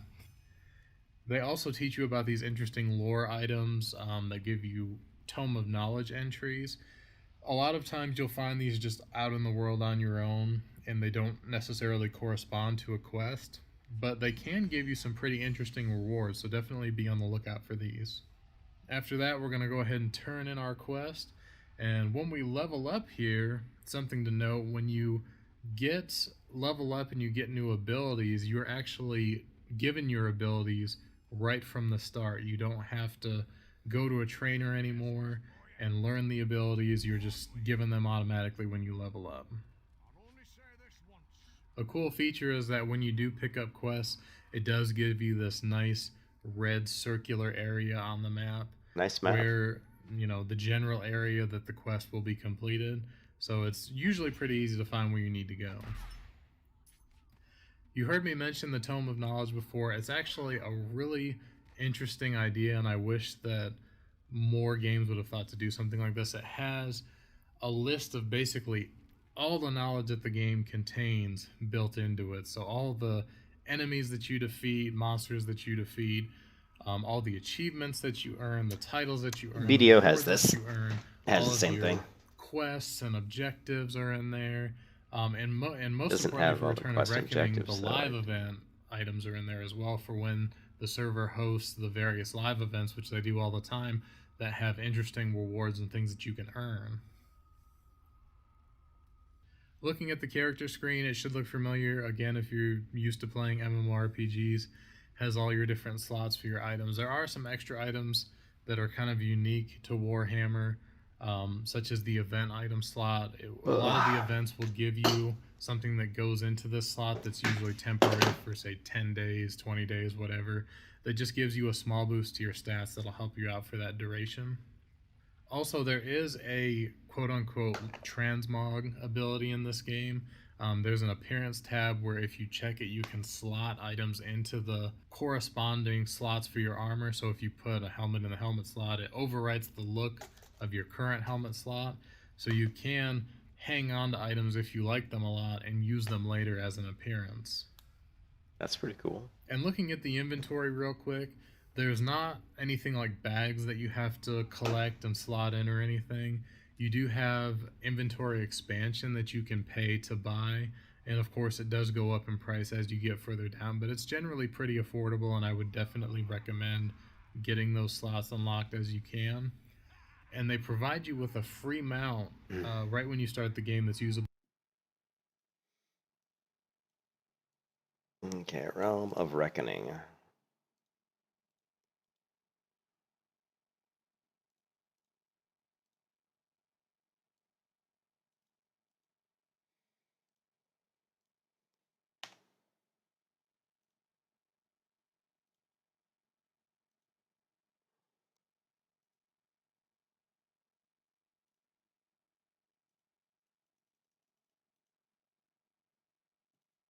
All right.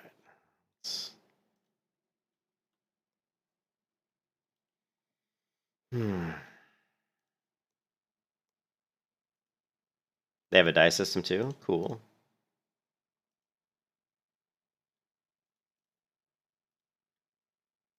Alright, cool. Let's try to log in. See if the game actually runs. I've got to jump off stream here in a couple minutes because I got to work. I gotta take some more painkillers because my tooth is killing me.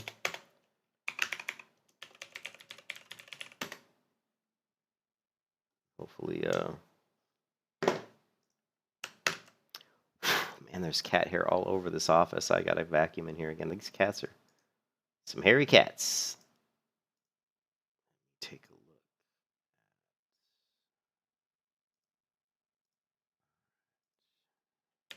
look. All right, log in.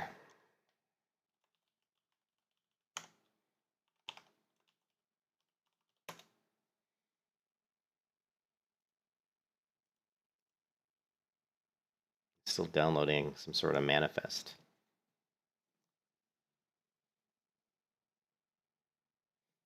Let's see what's English. They got a repair, which is nice. They have a Discord.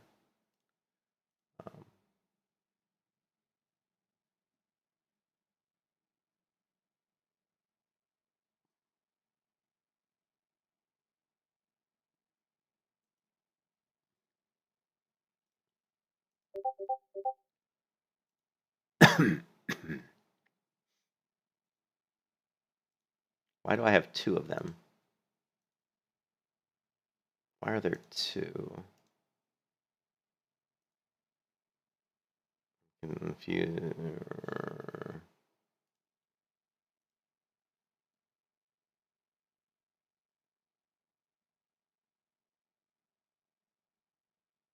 What is all this crap? I've never seen anything like this before.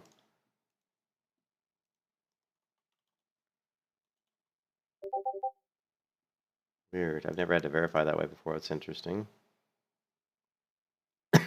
So it's like a private. Oh, it was like a private message. Weird. They sent me a private message. That's what that was. So now we're in the Discord. And we're still downloading stuff. Yeah, it looks like it's patching.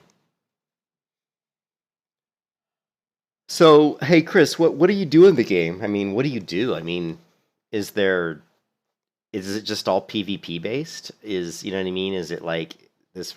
Is it all just fighting the other faction? I mean, I'll try to watch some videos and see what the hell what do you do in this game, you know?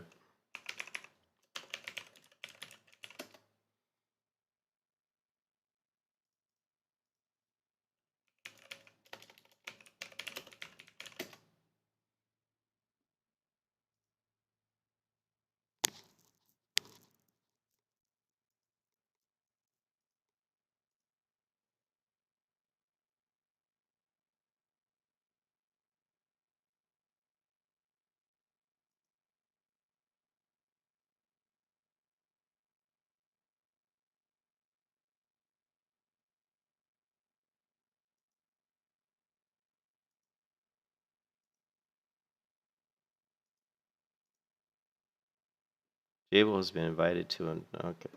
Yeah, all right. Well, I'm gonna log off because I gotta go to work. So we'll look at Warhammer tonight. I'll watch some videos and I'll try to skill up and figure out how to play the game, what the game contains, and all that fun stuff.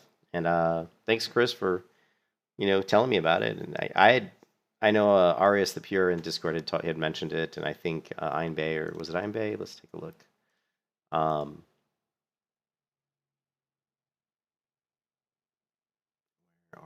I know Orius had talked about it. So the PvP is legendary, really is Mythic's modus operandi. But I guess there's giant PvP battles. I said 150 plus. This guy said he did a battle yesterday with 150 plus people just on the Order side, which is like the Alliance. We got beaten back because Destruction Horde had 180 plus. And who else was talking about it? I guess Einbay had never played it. I don't think. Oh, so I guess Einbay had played it before. Dwarves are fun, the most cheerful of the races. So it does sound like there's more.